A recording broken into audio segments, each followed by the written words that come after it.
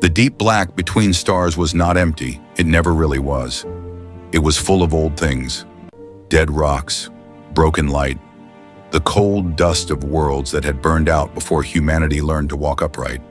But on the edge of the Sol system, past the last known asteroid belt, past the lonely drifting rocks that even the survey teams had stopped bothering to name, there was something new in the old dark, or rather, something very old in the wrong place.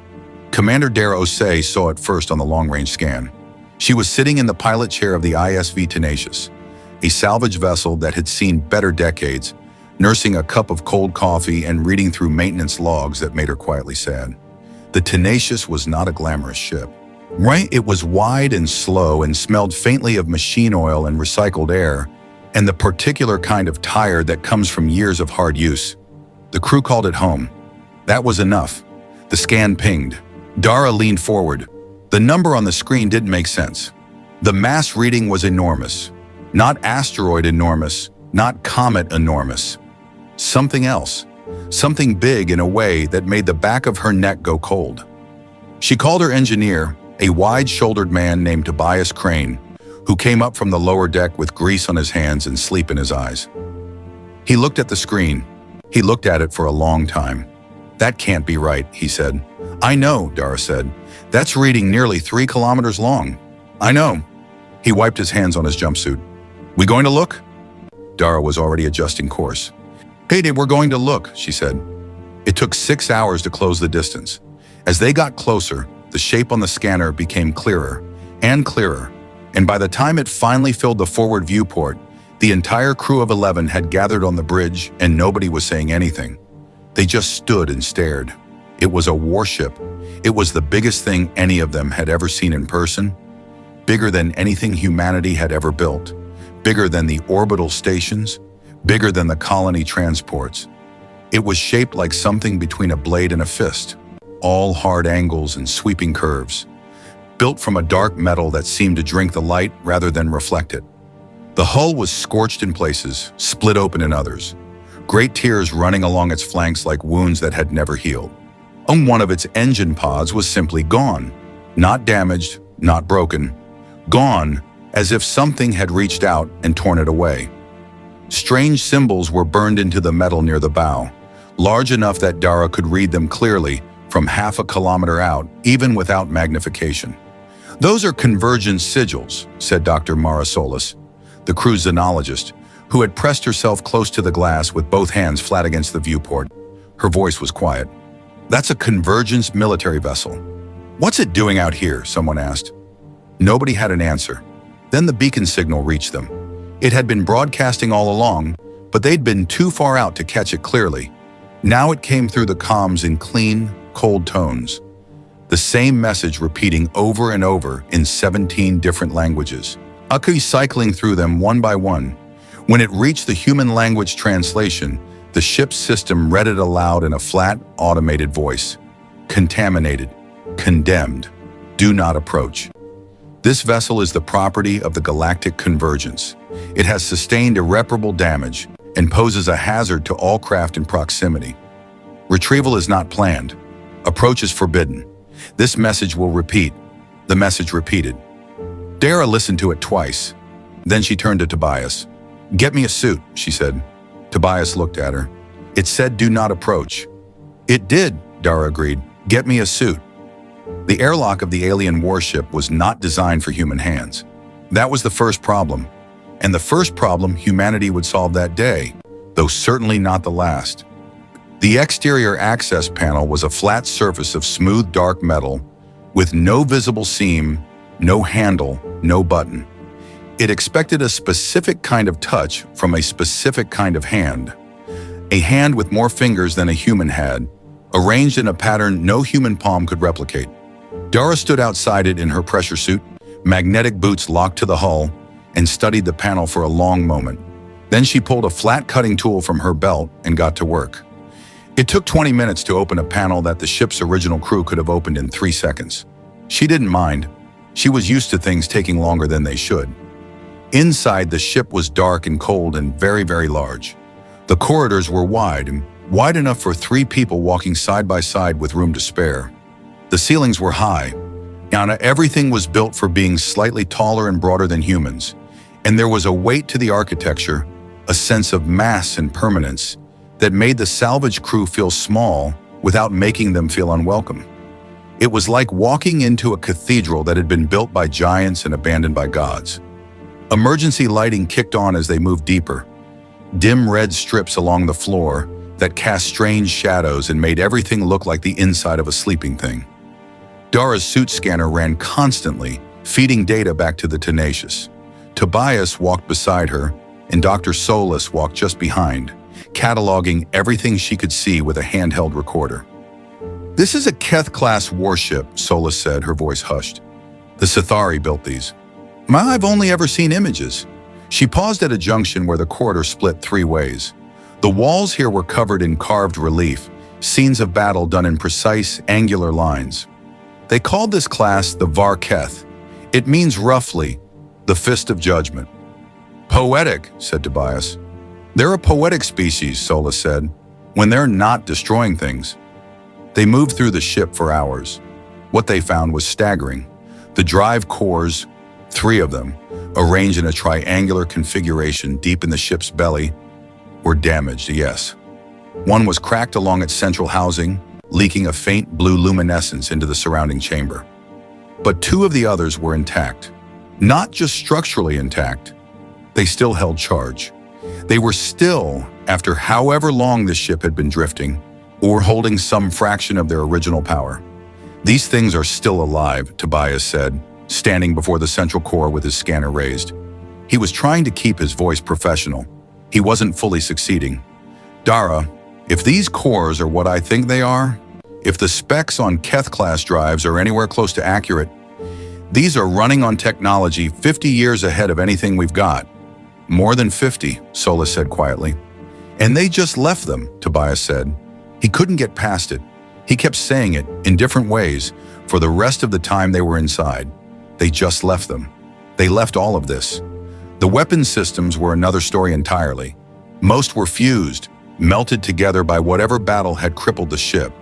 Their moving parts locked solid, their power feeds severed. But the physical structures were sound. The barrels of the main rail cannons were intact. The launch tubes for the long-range ordnance were open and clear. And deep in the forward weapons bay, half buried in collapsed internal plating, there was something that none of them recognized. It was long and dark and shaped like nothing in any human or known alien weapons catalog. A device embedded in the hull itself, its front end protruding slightly through the outer armor, its back end trailing wires and tubing that connected to systems Solis couldn't identify. "What is that?" Dara asked. Solis scanned it carefully before answering. She turned the scanner over in her hands and looked at the readings twice. "I don't know," she said, "but whatever hit this ship, I think this was its weapon." Dara looked at the device for a long moment. "Aditi, leave it for now," she said. "Don't touch it. Mark the location." They moved on. The hull plating, when Tobias ran a sample analysis on a section of the outer wall, came back with results that made him sit down on the floor of the corridor and stare at his scanner screen in silence for a full minute. "Talk to me," Dara said. "This alloy," Tobias said slowly, "has a tensile strength that I can't. The numbers don't fit into our standard measurement scale. I'm not saying it's off the chart. I'm saying it breaks the chart. The chart needs to be longer." He looked up at her. "You could put a standard human military railgun round into this plating at point-blank range, and it would bounce off like a rubber ball." The crew was quiet for a moment. "They called it condemned," someone said from the back. "Oh, they called it irreparable," someone else said. Dara stood in the middle of that vast, dark corridor, surrounded by alien metal and alien light, and the weight of something enormous. Not just the ship, but the possibility of it. And she made a decision. It wasn't a hard decision. For her, it never really was. When she saw something broken that could be fixed, the question wasn't, should we? The question was only ever how. She keyed her comms back to the Tenacious. "This is Osei. Get me a secure channel back to the Unified Space Authority. Priority transmission." The comms officer on the Tenacious patched the channel through. There was the usual delay, the usual handshake protocols, The usual series of tones that meant the encryption was working. Then the line opened. Dara looked around at the corridor, at the dark metal walls, at the impossible engineering surrounding her, at the two intact drive cores still breathing faint blue light behind her. "We're going to need bigger docking clamps," she said. The response from Earth came in 3 waves. The first wave was disbelief. The Unified Space Authority's duty officer asked Dara to repeat herself, then asked her to run her scanners again, then asked her to send the raw data, then went quiet for a long time. When he came back on the line, his voice had changed. He sounded the way people sound when something has shifted in their understanding of the world and they haven't quite caught up yet. The second wave was bureaucracy, forms, authorizations, legal questions about salvage rights in the outer heliosphere, questions about contamination protocols. The beacon had said contaminated after all, though none of Dara's bioscanners had picked up anything unusual. Questions about convergence, diplomatic implications, questions about who would own what and how and when. Dara answered the questions she could and ignored the ones she couldn't and kept her crew working in the meantime. She had the tenacious dock loosely against the alien hull and set up a temporary pressurized connection, and her people went in and out in rotating shifts, cataloging, scanning, documenting everything they could reach. The third wave was the one that mattered. It came 48 hours after her first transmission, and it wasn't a voice message. It was a full committee. 7 people on the video screen, some of them in suits, some in military uniforms. All of them with the specific expression of people who have just been told something that changes their plans and are trying to look calm about it. The woman in the center of the screen was Director Amara Fujiwara of the Space Authority's Deep Salvage Division, a small, precise woman with short gray hair and eyes that moved constantly, assessing everything. She looked at Dara for a long moment before speaking. "Commander Osei," she said, "we've reviewed your data." "And," Dara said, "and we're sending you a tow team. 80 personnel, 6 support vessels. They'll be at your position in 11 days. A pause. "In the meantime, you are to maintain your position, continue your documentation, and under no circumstances are you to touch the drive cores or any identified weapon systems until our people arrive." Dara nodded. She thought about the device in the forward weapons bay, the one that might have been a weapon, the one that was still embedded in the hull like a tooth. "Understood," she said. After the call ended, Tobias appeared at her elbow. "They said not to touch the weapon systems," he said. "They did," Dara agreed. "Does that include the thing we don't know is a weapon?" Dara thought about it. "We're not touching it," she said. "We're studying it." Tobias nodded slowly. "Right," he said. "Right, of course. Very different." Over the next 11 days, the crew of the Tenacious learned things. They learned the layout of the ship well enough that they could move through it without their maps. They learned which corridors still had functioning emergency systems and which were fully dead.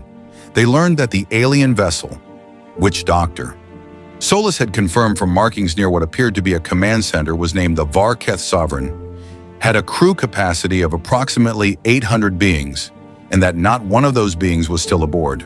No bodies, no personal effects. The ship had been evacuated before it was abandoned. Whatever had happened, the Convergence had taken their people with them. They had just left everything else. They learned from Solus's patient work with the ship's partially intact data systems, fragments of what had happened. The Sovereign had been engaged by the Nullborn, a force even the Convergence discussed in careful, quiet tones, in a battle near a relay station several light years from the Sol system. The ship had taken catastrophic damage. The Convergence engineers who evaluated it afterward had concluded that the cost of repair would exceed the value of the vessel, and so the order had been given: evacuate, condemn, abandon. The Convergence was a practical civilization. They understood the math of loss. What they did not understand, what they could not have understood, because they had never had reason to learn it, was that humanity had a different relationship with broken things. Humans fix things. It was not always rational. It was not always cost-effective. Sometimes it was pure stubbornness, pure refusal to accept that something was gone simply because it was damaged. A species that had spent 10,000 years repairing tools, rebuilding cities, splinting bones and patching ships and pulling crops out of ruined soil had developed, was deep in its collective character, an almost instinctive resistance to the idea of giving up on something that still had pieces. The Sovereign had pieces, many, many pieces. And when the tow team arrived on day 11, 6 ships, 80 people, equipment that filled the Tenacious's comms with chatter and the surrounding space with running lights, Dara stood at the viewport and watched them come and felt something that she recognized as a kind of hunger. Not greed, not ambition exactly, something older than both. The hunger to take a broken thing and make it whole. The lead engineer on the tow team was a tall, thin man named Kwame Asante, who shook Dara's hand with both of his and immediately asked to see the drive cores. She led him there herself. He stood in front of them for a long time, the way Tobias had. But where Tobias had gone still with awe, Kwame went still with calculation. His eyes moved, his fingers moved, tapping patterns against his thigh, a habit she would come to recognize as him running numbers in his head. "We can work with this," he said finally. "The convergence said it was irreparable," Dara said, watching him. Kwame looked at her. He was smiling, but it was a serious smile, the kind that means, "I am not joking about this." "With respect to the convergence," he said, "they were thinking about what they knew how to do. I'm thinking about what we haven't tried yet." He turned back to the drive cores, and the hunger in his eyes matched what Dara felt. They began the long work. It took 6 days to rig the tow. Careful, slow work. You attaching guidelines and stabilizing thrusters to the Sovereign's hull without stressing the already damaged sections further. Kwame's team worked in shifts, sleeping in rotation, eating in their suits sometimes because stopping felt wrong. When the tow finally began, when the 6 support vessels engaged their drives and the Sovereign began slowly to move, Dara was watching from the Tenacious's viewport. The alien ship was enormous against the starfield, dark and broken and ancient and full of possibility. She thought about the beacon still broadcasting from somewhere inside it, contaminated, condemned, do not approach. She thought about the drive cores still breathing their blue light. She thought about the weapon in the forward bay, the long, dark thing that had been fired at this ship and was now part of it, embedded in its hull like something that had been swallowed and kept. She thought about where this ship was going, about the forge station that the Space Authority had already begun building in the outer belt, a station designed specifically for this task, for taking this ship apart and understanding it and putting it back together into something new.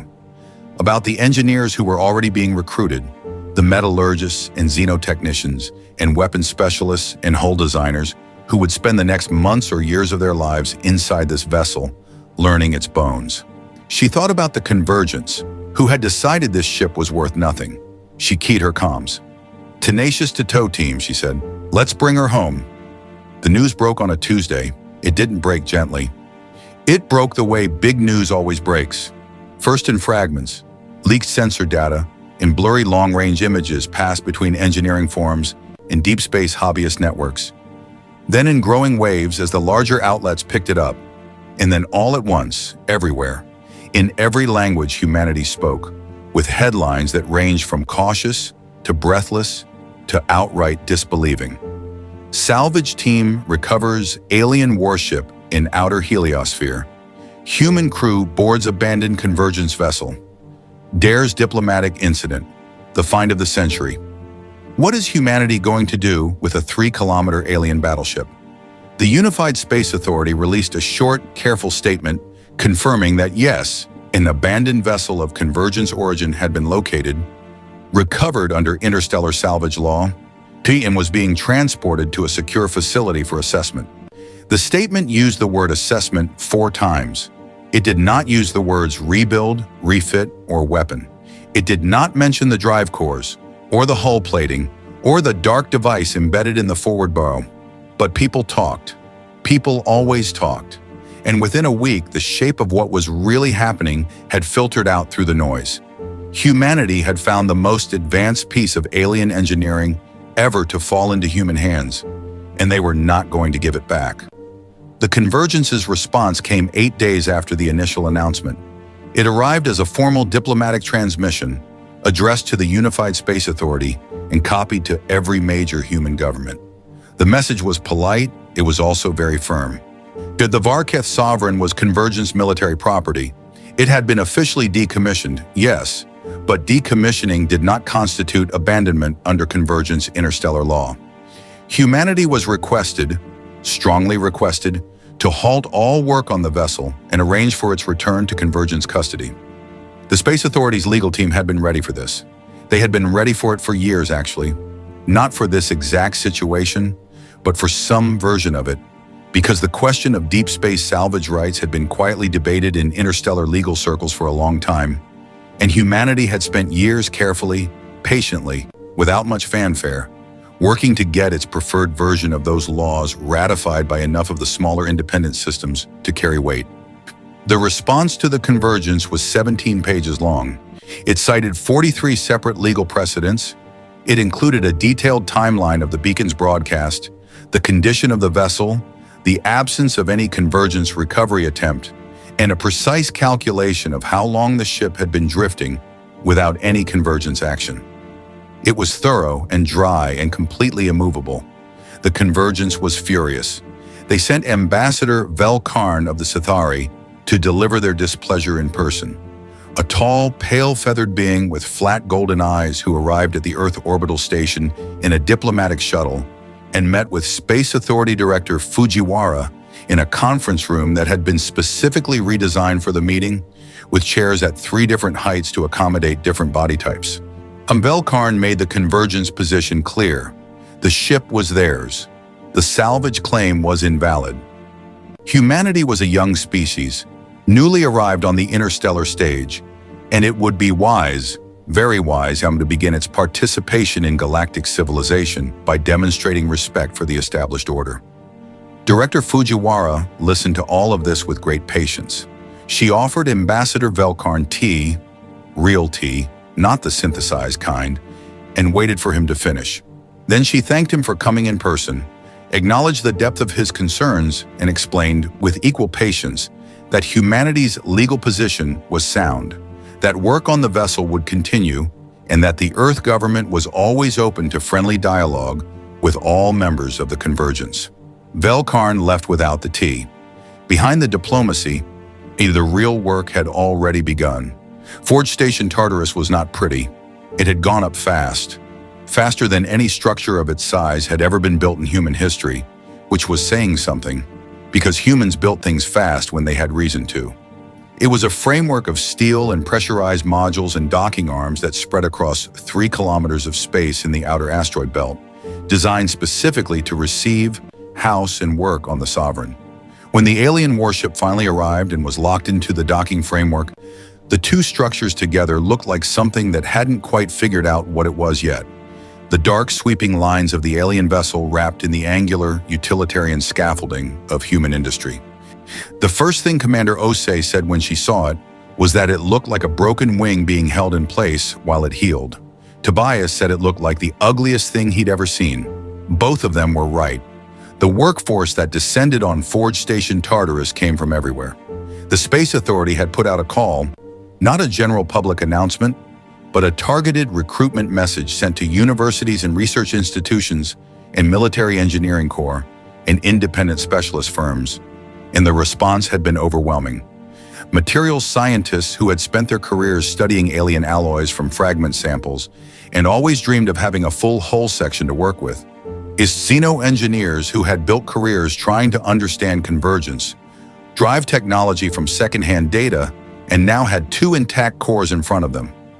Military weapons designers who came with careful expressions and signed more non-disclosure agreements than they could count, and welders, and electricians, and hull repair specialists, and logistics people, and medics, and cooks, and life support technicians, because 10,000 hands needed to eat and breathe and sleep and not die in the vacuum, and someone had to manage all of that. They worked in shifts, 12 hours on, 12 hours off. The station never went fully dark.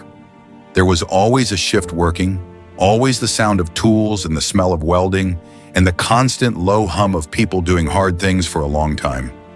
Dr. Irina Vasquez arrived in the 3rd week.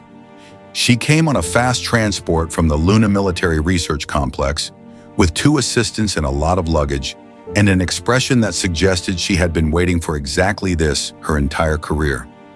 She was 41 years old, with close-cropped dark hair and a habit of chewing on the end of her stylus when she was thinking hard, which was most of the time. Her specialization was weapon systems, alien weapon systems specifically.